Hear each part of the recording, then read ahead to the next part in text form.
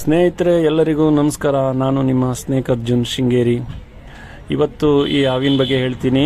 ಇದೊಂದು ಮಲ್ಬರ್ fit wiper ಅಂತೇಳಿ ಮಲೆನಾಡಿನಲ್ಲಿ ಅಪ್ಪಟ್ಟೆ ಅಂತ ಕರೀತಾರೆ.